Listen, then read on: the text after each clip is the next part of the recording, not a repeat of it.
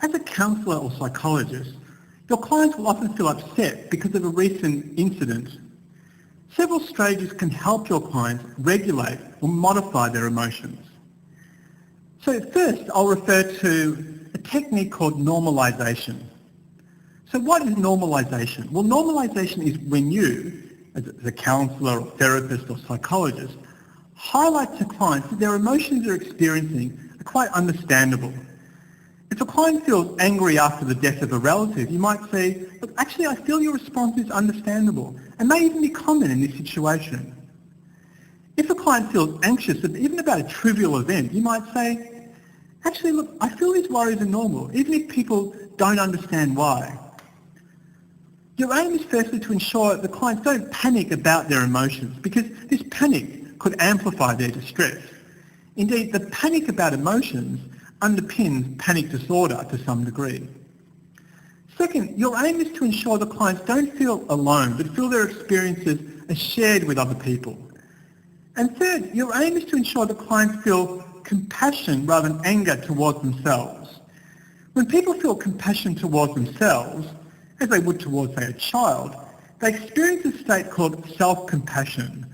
And this compassion towards themselves, it's almost like prime's memory of support. So it's like they're supporting themselves. It's like other people or others or the surroundings are supporting them. And these memories of support can enhance their resilience. They feel that on some level the world, people and so forth will offer assistance if problems arise. But you do need to be aware of several caveats or complications when utilising normalisation. First, don't trivialise the intensity or magnitude of their emotions. Don't imply the emotions or situation is mild. Instead, even concede that you could imagine these feelings are very painful.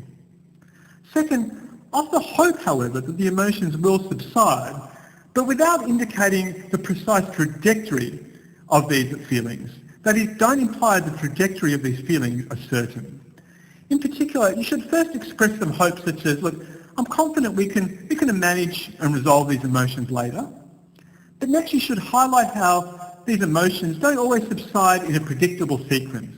You might say, well, sometimes you might feel better, but then experience some unpleasant days, or you might feel you cannot improve, and then one day, quite suddenly, you feel stronger. Nevertheless, you should concede that everyone is unique, such as, but of course, everyone responds to these situations in their own way. Third, your aim is to normalise, but not necessarily imply these emotions are inevitable or appropriate. If someone is angry, you could say, look, I understand why you might be angry, but you shouldn't actually say you should be angry, because this statement might only aggravate the anger. In addition to normalisation, you can also apply a technique called reframing. And reframing is about helping clients reconceptualise their problem. You might help the client conceptualise their problem as an opportunity to change their goals and aspirations of the future, to develop relationships, or to learn about themselves. Or you might help clients recognise their mistakes or shortfalls are also part of their strengths and qualities. They're inevitable consequences of their strengths and qualities.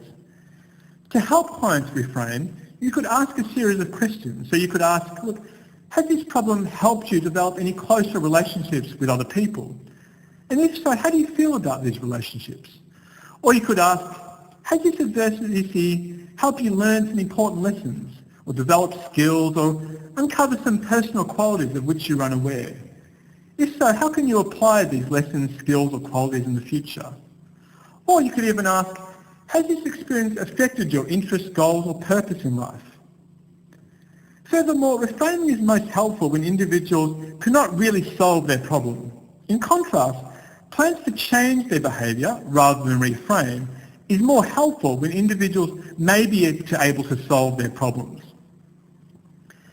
To help you learn how to normalise and reframe, I'd recommend you visit a forum, that is an online forum, in which people discuss their problems. An example is reachout.com.